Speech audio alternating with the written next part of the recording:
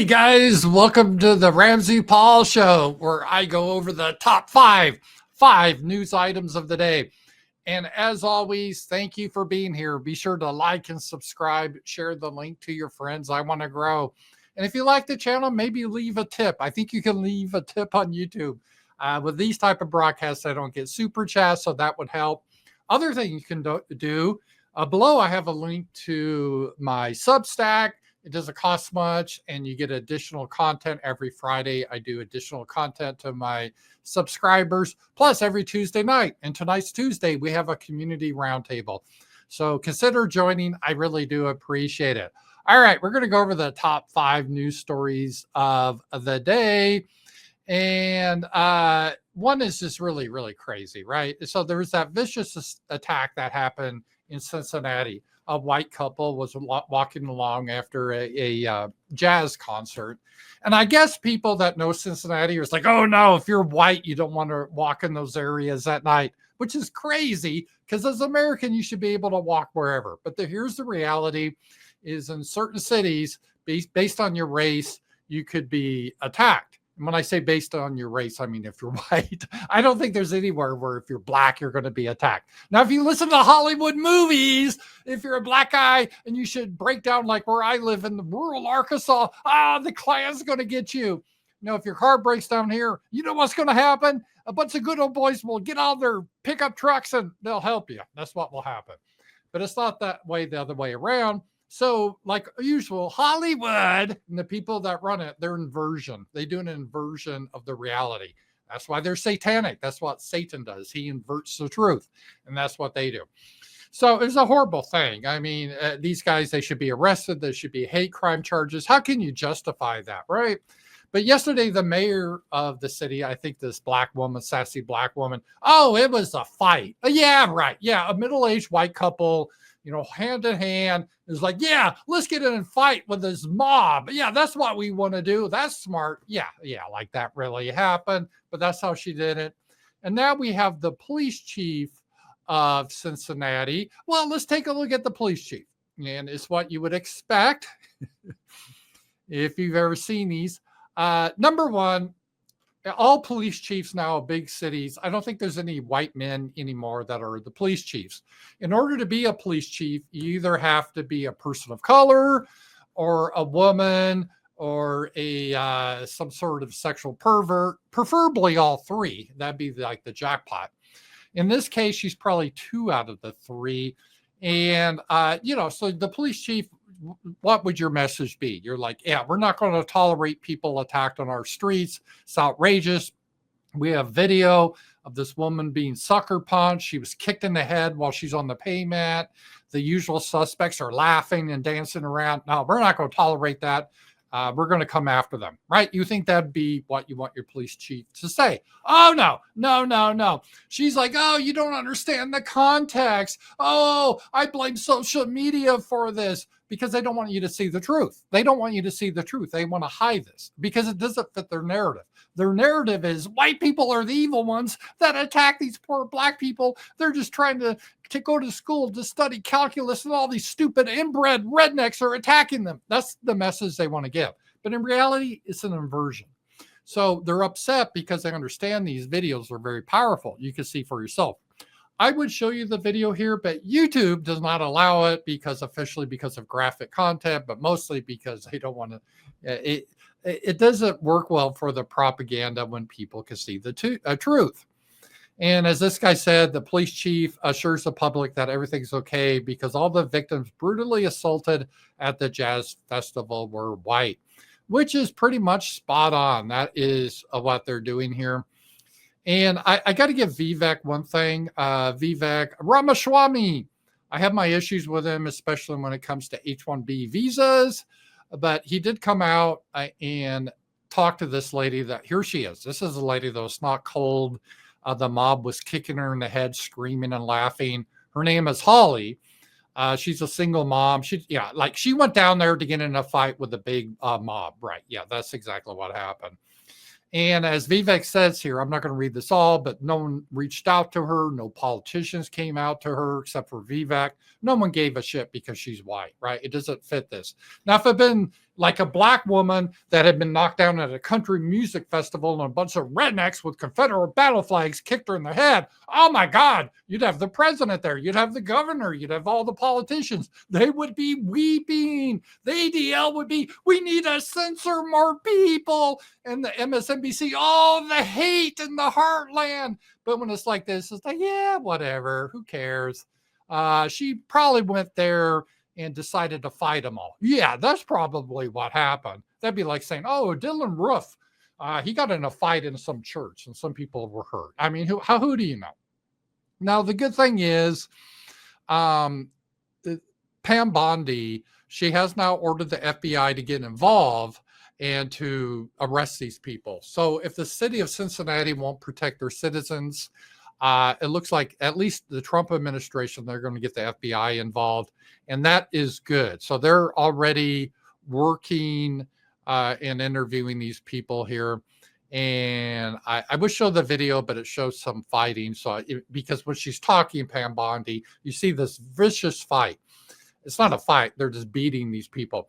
And if you want to see it, follow me on X, Ramsey Paul. I have the video there. You can see it. I can't show it here on YouTube, though. But guess what? This lady that was trying to make excuses for this mob to attack an innocent couple, let's just take a look a little bit more at her. Obviously, she's a DEI hire. I think everyone knows that. But it's more than that. She's had a history of discriminating against white men. I doubt she finds men attractive. She's a very bitter woman. And it looks like in her hiring practices and promotion practices, she was previously sued in May of this year because of the bias against white police officers. She needs to be immediately removed from her position. We shouldn't have a woman in that position in the first place. It's outrageous. But you see the mess we have here, and hopefully we can clean this up. But that's the number one issue still in the news today. The mainstream media is trying to clamp down on it, but it's gone too viral. So that is a good thing. All right. The number two issue had to do with some nut that went on a shooting spree in New York City, I think killed 4 people. And I guess the thing that was initially interesting about this is CNN was identifying this guy, as a black guy. And he is not very black, doesn't look very black to me, a white male, this guy. He wasn't, he was like half black, half Asian, I think. And but you know, CNN, they always want to try to blame white people. It's like, oh, white people do most of the mass shootings. No, they don't. That's a lie. But because of the media bias, you would think that. So this black guy, he got mad at the NFL for some reason, I guess is the story, and he wanted to go to the NFL headquarters. But I guess because he's a black male, he got confused where it was and he got lost. His Asian side couldn't help him. And then he killed some innocent people. Then he committed suicide. But yeah, no, he wasn't a white man. And supposedly he shot up the NFL headquarters because this guy played football previously, although he was never in the NFL. And he claims that playing football hurt his brain or something. I don't know how that's the NFL's fault since he never played in the NFL. But we had that big shooting there that the usual suspects were blaming on, again, white people, but it wasn't. It was a person of color. Now, speaking about the meltdown that people have now with whites, and there's this ad, and it's just enraging everyone. It's getting more and more outrageous. So take a look at this. This is a type of ad you would see all the time in the 80s or 90s. You want to think twice of it. And this is Sydney Sweeney, and she's a blonde girl.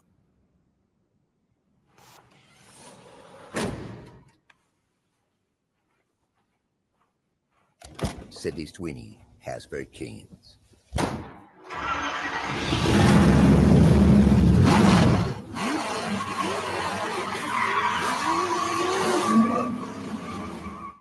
Damn. Yeah, she does have good genes. It's a play on word, you know, her genes, the pants, and her genetics. And she's got both.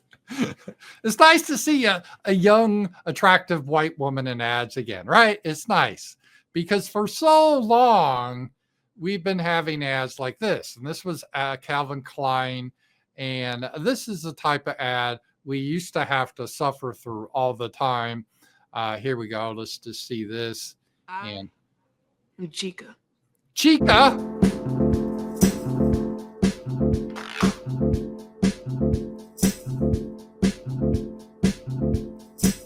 Calvin, I am not a moment. I'm a force to be reckoned with. Oh, you are a force. I mean, could you imagine her on top of you? That would crush you. She is a force. That's just physics. Physics, she has a lot of force. And this is how they advertised, post George Floyd, trying to convince us that's attractive. I don't see it. I think Sydney Sweeney is a little bit more attractive to me. And of course, that's got everyone melting down, the left, and the media has lost their mind. So we had that racial attack in Cincinnati where those people were beaten. The media, they're just ignoring that. But there's the ad showing an attractive white woman. It wasn't even political, right? It's just an ad for jeans. And the entire media is melting down about, oh, how dare they put a pretty white woman in an ad? Oh, you can't have that. Because for so long, you have to have either a beast black woman or some dude that wears a dress. We have to pretend he's a girl or some monstrosity. And and the idea of having a pretty blonde woman is you can't do that. I mean, you can have, maybe you could have a pretty blonde woman, but she's not even with a black guy. What kind of ad is this? Oh no, how can we be so persecuted? Oh, some heads are going to roll. And so, I'm sure they're really upset about that. And MSNBC, they're having their unhinged meltdown because a white woman was in an ad. In a positive sense, you can't put a white woman in an ad unless she's with a black guy. You can have a white man in an ad if he's gay. Otherwise, he's got to be a bad guy.